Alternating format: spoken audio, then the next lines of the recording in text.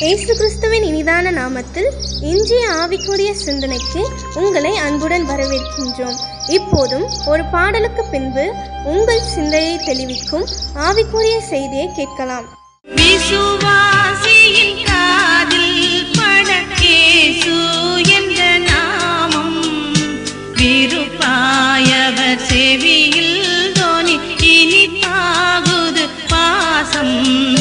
பசித்த ஆத்துமாவை பசியாற்றும் மன்னா அதுவே முசிப்பாறுதல் இளைத்தோர்க்கெல்லாம் முற்றும் வந்த பெயரே.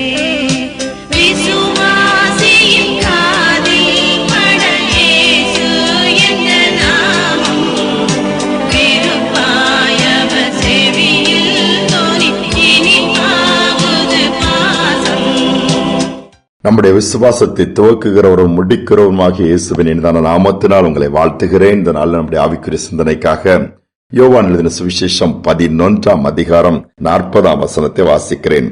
இயேசு அவளை நோக்கி, நீ விசுவாசித்தால் தேவனுடைய மகிமை காண்பாய் என்று நான் உனக்கு சொல்லவில்லையா என்றார். பெத்தானியா என்கிற கிராமத்திற்கு வெளியே இயேசு நிற்கிறார். எதற்காக அங்கு என்ன நடக்கிறது என்று பார்ப்போமானால், அது எருசலேமிலிருந்து 2 மைல் தூரம் என்று வேதம் சொல்லுகிறது. அங்கு போகும் பொழுதெல்லாம் பெத்தானியாவுக்கு மார்த்தாள், மரியாள், லாசர் என்கிற பிள்ளைகள் வீட்டில் இயேசு தங்குவார். அவர் ஊழியத்தின் பாதையில் இருந்த நாட்கள் அதுதான் நடந்தது. அந்த சகோதரனாகிய லாசர் வியாதிப்படுகிறான். இயேசுவுக்கு சொல்லப்படுகிறது, இயேசு வேறொரு ஊரில் ஊழியம் செய்கிறார். இயேசு வரவில்லை, அப்படியே அமைதியாக இருக்கிறார். அடுத்து அந்த லாசர் மரித்து போய்விடுகிறான். அதுவும் இயேசுவுக்கு செய்தி போய் சொல்லப்படுகிறது. இயேசு அப்பொழுதும் வரவில்லை. 4 நாள் கழித்து பெத்தானியாவுக்கு வருகிறார். ஊருக்கு வெளியே வரும்பொழுது நின்று விட்டார், உள்ளே போகவில்லை. அப்பொழுது மார்த்தாள் ஓடி வருகிறாள். கேள்விப்பட்டவுடனே, இயேசுவே, நீர் இங்க இருந்தால் என் சகோதரன் மரித்திருக்க மாட்டானே, அவன் உயிரோடு எழுந்திருப்பான் சொல்லுகிறார். அடுத்து மரியாளும் வந்து அதே வார்த்தை சொல்லுகிறார். அப்பொழுது இயேசு சொல்லுகிறார், அவன் உயிரோடு எழுந்திருப்பான். கல்லறை எங்கு வைத்தீர்கள் சொல்லும் பொழுது அடக்கம் பண்ண இடத்துக்கு போறாங்க. கல்ல புரட்ட சொல்றாரு. இல்ல, 4 நாள் ஆயிட்டு நாரும் என்று 2 சகோதரிகளும் சொல்லுகிறார்கள்.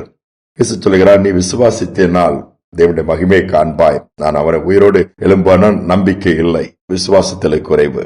ஆனால் கல்லை புரட்டுகிறார்கள். ஆண்டோடைய வார்த்தை கேட்டு இயேசு லாசருவை வெளியே வாழ்ந்து சொல்லுகிறார். உயிரோடு அவன் எழுந்து வந்து நிற்கிறான். அவ்வளவு மகிமையான ஒரு அற்புதத்தை அந்த இடத்துல வல்லமையான காரியத்தை ஆண்டவர் செய்கிறார். ஜனங்கள் எல்லாம் தேவனை மகிமைப்படுத்துகிறார்கள். விசுவாசம் வாழ்க்கையில ரொம்ப முக்கியம். அதுவும் இயேசுவின் மேல் வைக்கிற விசுவாசம். அவரால் கூடும், அவர் செய்வார், அவர் நடத்துவார்.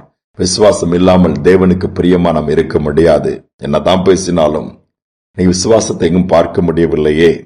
இன்னைக்கு நம்முடைய வாழ்க்கையில் ஆண்டவர் அதை எதிர்பார்க்கிறார். விசுவாசித்தால் தேவனுடைய மகிமையை நாமும் நம்முடைய வாழ்க்கையில பார்க்க முடியும். ஒரு சமயம் ஒரு போதகர் ஒரு ஆலயத்துல பேசிட்டு இருக்கும் போது பிரசங்கத்தின் நடுவே ஒரு கேள்வி கேட்கிறார். யாருக்கெல்லாம் வெளிநாட்டுக்கு போனோம், உங்க கையை கொஞ்சம் வைத்துங்களான்னு சொல்லும் போது யாருமே வைத்தல, அமைதியா இருக்கிறாங்க. இந்த போதகர் எங்க வெளிநாட்டுக்காக கூட்டிட்டு போறாரு அல்லது வெளிநாட்டுக்கு அனுப்ப போறாரு, எல்லாருடைய எண்ணமும் அதுதான். அமைதியா இருக்கு ஆலயம். ஒரு பின்னாடி ஒரு வயதான பாட்டியமா கையை தூக்குறாங்க. நான் போனோம். ஒன்னத போதகர் ஆச்சரியப்பட்டு, உங்க விசுவாசம் பெருதுமா, நீங்க போவீங்கம்மா, உங்களை ஆண்டவர் வெளிநாட்டுக்கு கொண்டுட்டு போவாரு. அந்த பாட்டியமாவுக்கும் பல நாள் ஆசை. சரின்னு சொல்லிட்டு கையை கீழே போட்டு தொடர்ந்து பிரசங்கத்தை பண்ணி ஜெபித்து முடிச்சு ஆராதனை முடிஞ்சது. முடிஞ்ச உடனே எல்லாம் போவதுக்கு ரெடி ஆயிட்டு இருந்தாங்க. ஒரு அருமையான குடும்பத்தார் வந்தாங்க. குடும்பத்தார் வந்த உடனே அவங்க ஓரளவு ரிட்டையர்ட் ஆகக்கூடிய ஒரு ஏஜ் வந்த உடனே அவங்க போதகரை பார்த்து, ஐயா, ஒரு சின்ன உதவி வேணும், என்ன சொல்லுங்க போது, எங்க பையன் வெளிநாட்டுல இருக்கிறான், பிள்ளைகள் இருக்கு, பேர பிள்ளைகள் எங்களுக்கு இருக்கிறாங்க, நாங்க இன்னும் வேலை முடியல, ரிட்டையர்ட் ஆகல, இன்னும் சில வருஷம் இருக்குது. அதற்கு முன்னாடி எங்க பேர பிள்ளைகளை பார்க்க துணைக்கு யாருமே இல்லை, சர்வெண்ட்லாம் இருக்காங்க, வீட்டுல ஒரு பெரியவங்க இருந்தா நல்லா இருக்கும். இந்த ஒரு அம்மா கை தூக்குனாங்களா, அவங்கள அந்த நாட்டுக்கு அனுப்பி வச்சிங்கன்னா நல்லா இருக்குமா, முடியுமான்னாங்களாம். ஏதோ கூப்பிட்டு அந்த பெரியவங்களையும் கூப்பிட்டு அழகா பார்த்து ரெடி பண்ணி ஒழுங்கு பண்ணி கொடுத்துட்டாங்க. அந்த அம்மாவுடைய வாஞ்சி அப்படியே நிறைவேறி ஃபாரினுக்கு பறந்துட்டாங்க. பாருங்களேன் விசுவாசத்தை ஆண்டவர் எவ்வளவு நடத்துறாரு. நம்ம என்ன பண்ணோம், எதுவுமே நம்ப மாட்டோம், கையும் தூக்க மாட்டோம், கையும் செல்லார இது பண்ண மாட்டோம், எதுவுமே அமைதியா இருந்துட்டு போயிரும். கடைசி வரை ஆண்டவருடைய வாழ்க்கையில எதுவுமே செய்யாம அமைதியா தான் இருப்பாரு. இதானுக்கு நடக்குது. கொஞ்சம் நம்முடைய வாழ்க்கையில விசுவாசத்துல அடுத்த எல்கைக்குள்ள கடந்து வருவோம். ஆண்டவர் அதை எதிர்பார்க்கிறாரு. பாருங்க, இந்த பெரியவங்களால என்ன செய்ய முடியும்னு சொல்லி அவர் நினைக்கல. இன்னைக்கு பெரியவங்க எல்லாம் வீட்டுல இருக்குது, வயதானவங்க ஒரு பெரிய சொத்து இந்த ஜெனரேஷனுக்கு இன்னைக்கு தெரியல. அது ஒரு பெரிய ஆசீர்வாதம்.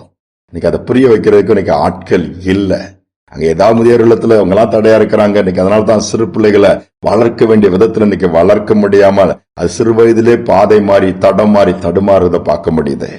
வயதாயிட்டு நீ சோர்ந்து போயிடாதங்க. இனி என்ன இருக்குன்னு புலம்பாதங்க. நீங்க விசுவாசிச்சீங்கன்னா உங்க வாழ்க்கையில என்ன ஆண்டவர் பெரிய காரியங்களை செய்வாரு, பல காரியங்களை செய்வாரு. உங்கள் கண்கள் அதை பார்க்கும். ஜெபிப்புமா. எங்கள் அன்பின் தகப்பனே, இந்த நல்ல நாளுக்காக தருணத்திற்காக நன்றி செலுத்துகிறோம். நாங்கள் விசுவாசத்துல அநேக நேரம் குறைந்து போய்விடுகிறோம்ப்பா. அநேக நேரம் எங்கள் விசுவாசம் பலவீனமா போயிருது. வேதத்துல ஆபிரகாம் குறிச்சு பார்க்கும்போது விசுவாசத்துல வல்லவனாக இருந்தாருன்னு சொல்லப்பட்டிருக்குதுப்பா. இந்த விசுவாசத்தை வர்த்திக்க பண்ணுங்க.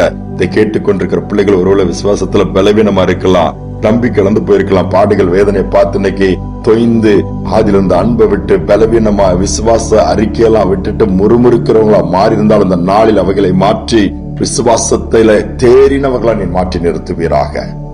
விசுவாசிக்கிற பிள்ளைகளுக்கு காரியங்கள் கைகூடி வரட்டும், அற்புதங்களை பெற்றுக் கொள்ளட்டும். துதிக்கான மகிமை எல்லாம் உமக்கு செலுத்துகிறோம். இயேசுவின் நாமத்தில் வேண்டிக் கொள்கிறோம் நல்ல பிதாவே.